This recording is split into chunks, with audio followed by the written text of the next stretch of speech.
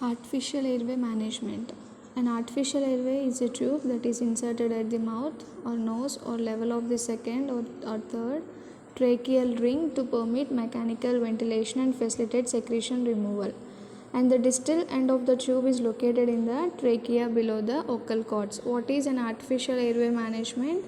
An artificial airway is a tube inserted at the mouth or nose or a level of the second or third tracheal ring, and it helps to permit the mechanical ventilation and facilitate or eliminate the secretions which are present in the airway tract. And the distal end of the tube is located in the trachea and below the vocal cords. Okay, and what are the indications for this? And acute respiratory failure and central nervous system depression, and in cases of neuromuscular diseases and pulmonary diseases and chest wall injury, and aspirated prophylaxis and fractured cervical vertebrae with spinal cord injury requiring ventilatory assistance. Okay, and these are the main indications for artificial airway management.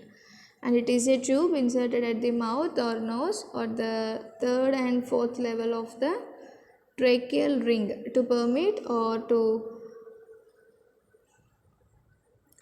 the mechanical ventilation and facilitate or eliminate any secretions that are present in the upper airway tract. And after that, route of insertion endotracheal, in that orotracheal and nasotracheal, and oropharyngeal airway used in unconscious patients only to avoid gag reflex. And this oropharyngeal airway only for unconscious patient and only to avoid gag reflex and prevents tongue from occluding airway. And after that, in oropharyngeal airway allows passage of suction catheter through the center or along the side of the airway. And in artificial airways, oropharyngeal airway used in conscious patients only and to avoid gag reflex to prevent tongue from occluding airway. And after that, how to insert the oropharyngeal tubes? Airway is upside down as it is inserted into mouth, and rotate sideways as airway passes over tongue, and place in correct position once past tongue. And after that, nasopharyngeal airway, it is also used in conscious patients. Okay, and these oropharyngeal airway used in unconscious patient, and nasopharyngeal airway used in conscious patient requiring frequent suctioning. Okay, this is for frequent suctioning. And length of airway equals length from nostril to ear plus 1 inch. And after that, it prevents tongue from occluding airway and change from nares to nares as required. And how to insert this narrow pharyngeal tube? Lubricate airway with water soluble gel and examine nares if available. Choose nares with smaller opening. And gently insert airway, avoiding forcing past obstructions, and tip of airway should be visible just past vulva. Okay, and this is about nasopharyngeal and oropharyngeal airways. And after that, endotracheal tube, and under this endotracheal tube, orotracheal and nasotracheal. And what is endotracheal tube? It may be inserted through nose or mouth. A cuff is always located at the distal end of the tube. Okay, this is the cuff which is located at the distal end of the tube. And after that, it may be inserted through nose or mouth. If mouth means orotracheal, and if the tube inserted through nose means nasotracheal. And what is orotracheal? Insertion of an oral tube is technically easier since it is done under direct visualization, and disadvantages are increased oral secretions and decreased patient comfort, and difficulty with stabilization and inability of patient to use lip movement as a communication means. And after that, nasotracheal may be more comfortable to the patient and is easier to stabilize. What are the disadvantages? Are that blind insertion is required, possible development of pressure necrosis. Necrosis means tissue death, cell death of the nasal airway, sinusitis and otitis media. If oxygen is not available in the lungs, there may be the cells which are present in the lungs that may be in inactive state. That means cell death will occur, so the tissue will be in inactive condition. So because of that only our skin becomes bluish in color. Okay, bluish discoloration we seen when hypoxic conditions. Okay,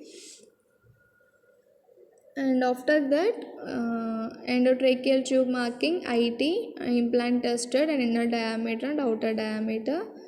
And endotracheal tube markings we seen. And after that, what are the main indications for intubation? Maintain airway patency and prevent aspiration and cardiopulmonary arrest. Okay, these are the indications for intubation. Maintain airway patency and prevent any aspirations will be there, and the patient may suffer with inability to take breath and very discomfort in that passage airway area. So in that conditions, to prevent aspirations, we use suctioning. Okay, and cardiopulmonary arrest. Okay, these are the indications for. And what are the tube types? Vary according to length and inner diameter in millimeters, and usual sizes for adults are 6, 7, 8, 9 mm, and it varying according to cuff most. Okay, based on cuff also it may be the tubes may be different, and composition, and with high volume low pressure cuff also there, with or without inner cannula. And usual sizes for adult are 6, 7, 8, 9 mm. Okay, what are the main general instructions for this? To ensure adequate ventilation and oxygenation through the use of mechanical ventilation, continuous positive airway pressure. That means ventilator cases. In ventilator cases, we must deal very carefully and provide adequate humidity, since the natural humidifying pathway of the oropharynx is bypassed, and clear airway of secretions as needed with suctioning. And use aseptic technique when entering the artificial airway. Aseptic techniques we should follow aseptic techniques, because if any infection passed through the nose and mouth, it may be create very harmful to the patient. And the artificial airway is sterile below the level of the vocal cords. And frequently assess the patient's need for ventilatory assistance, and elevate the patient to a semi-Fowler's position when possible. And since these positions resulting improved lung compliance, and the patient's position however should be changed at least every 2 hours to ensure ventilation of all lung segments. And prevention of secretion stagnation, position changes are also necessary to avoid skin breakdown. And after that, nutrition. The patient must not receive any oral feeding. Nutrition must take in the form of enteral tube feedings. Okay, the patient must not receive any oral feeding. Because of that only, the nurse must assess the condition of the patient every hourly, and the nutrition must take the form of enteral tube feedings. And be aware of the complications and damage that inflated cuff may have on the tracheal mucosa. And endotracheal tune cuff should be inflated continuously and deflated only during intubations. And after that, any cuff pressure should be checked every 2 hours. And external tube side care, we must give tube care in if any oral secretions are stagnated and risk oral infection is increased. So because of that only, we must secrete the oral secretions will be cleared out.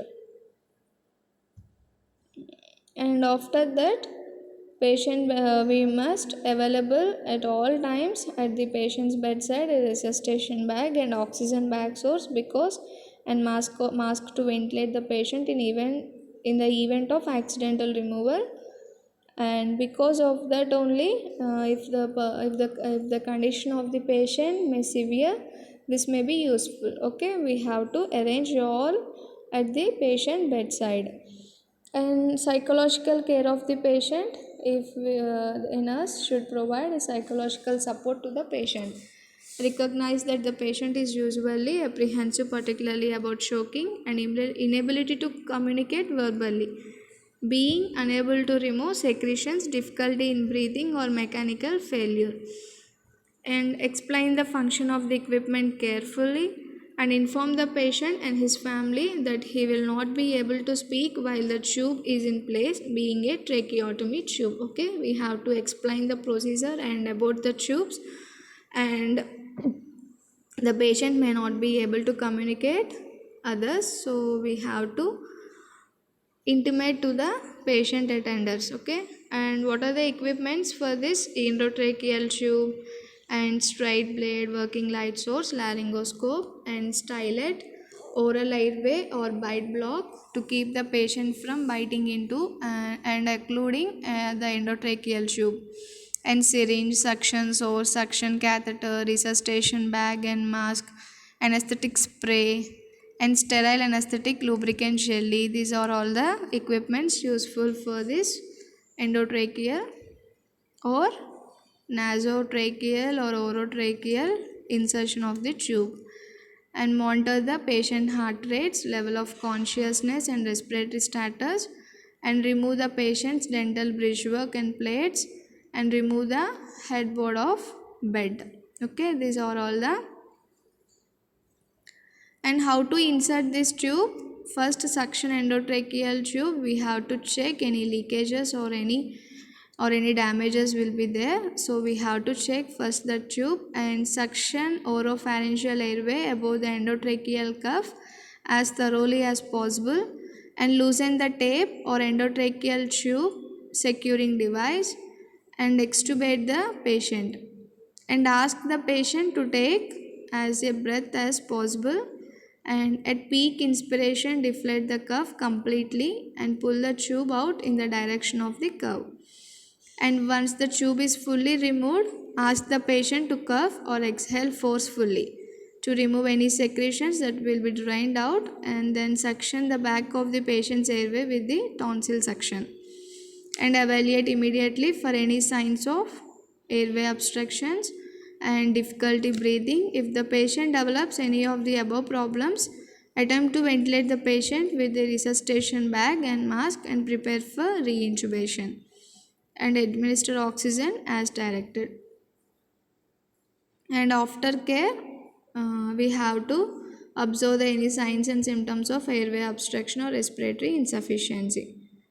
Okay, and this is about artificial airway management, that means mechanical ventilation or continuous positive airway pressure. Okay, CPAP.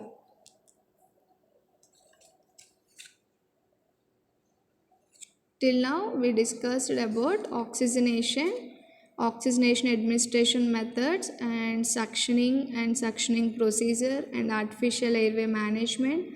This all under the meeting needs of patient, and into the subtopic oxygenation. Okay, and coughing techniques. And after that we see tracheostomy, suctioning, and steam inhalation procedure, and postural drainage. Okay, these are all the procedures. Once go through it. Thank you.